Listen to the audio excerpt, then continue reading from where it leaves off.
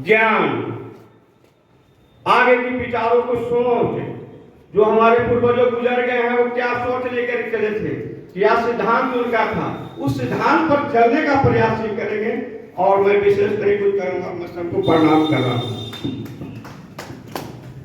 हमारे बीच में ये डॉक्टर एडविन जी भी हैं, उनका भी मैं अभिनंदन करता हूँ। थोड़ा लेट से हैं।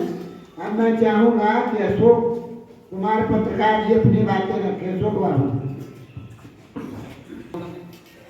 आज इस सौम्या कोचिंग सेंटर में आप सभी लोगों का हार्दिक हार्दिक अभिनंदन।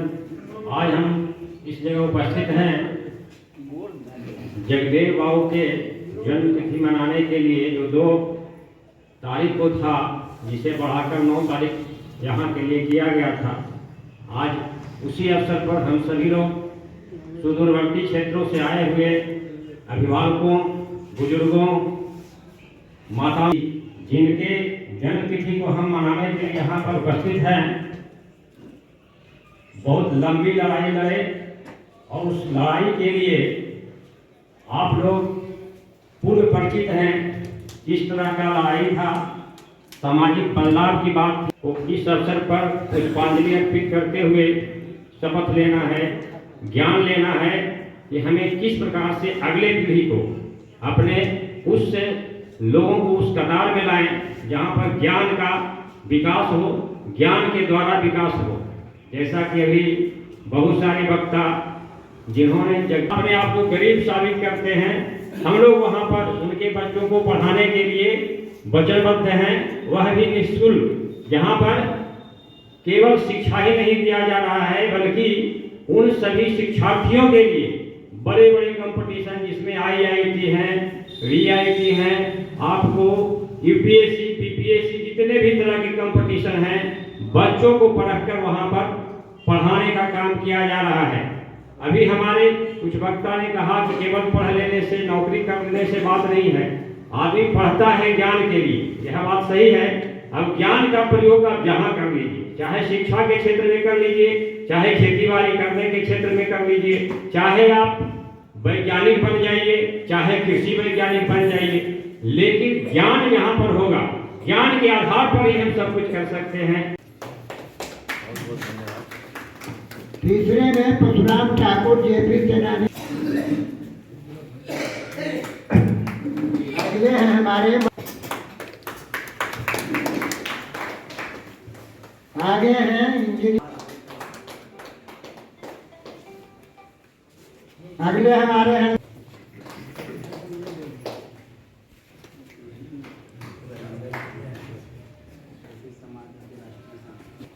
उधर ये अशोक कुमार माननीय पत्रकार। उधर रुको, इधर इधर देखे सर।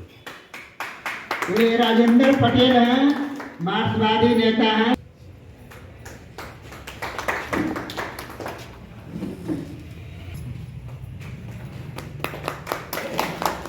एक प्रदीप पासवान पत्रकार हैं, उनके भी आग्रह। और सुपर 30 के अरविंद बाबू कहाँ हैं? अरविंद जी जो संयोजक हैं, लवकुश भारतीय लवकुश मंच के संयोजक, उनको सम्मानित किया गया।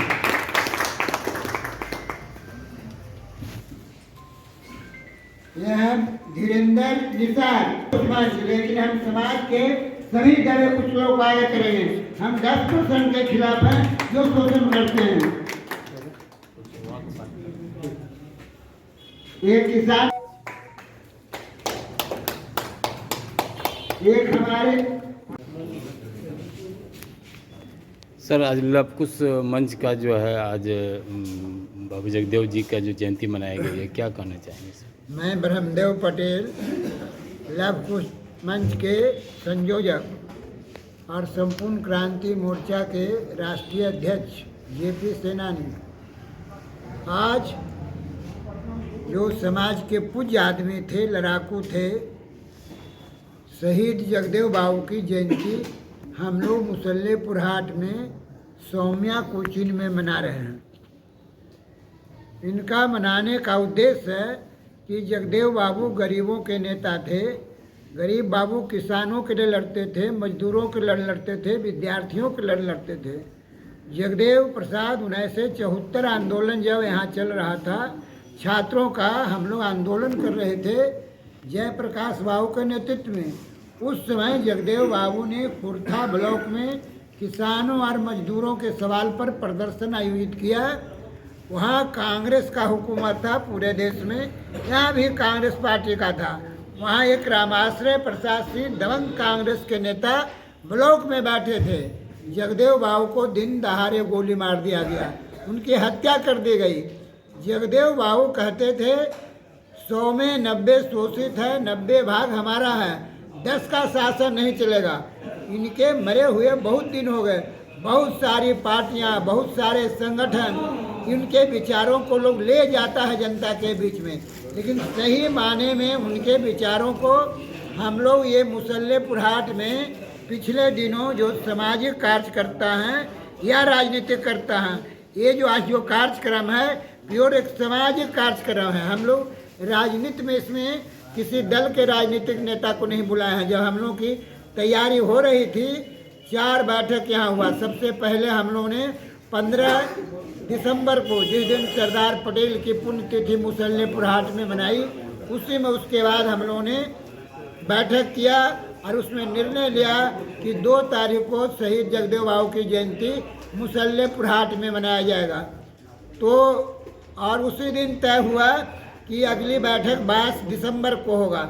फिर 22 दिसंबर को बैठे, जो मेरा घर बगल में है बिहार भवन में, उसी में बैठक हुआ। तो उस दिन साथियों ने कहा कि 2 को कैसे होगा, 2 को तो सरस्वती पूजा है, इसलिए इसके डेट को बढ़ाया जाए। तो हम लोगों ने 9 को कर दिया।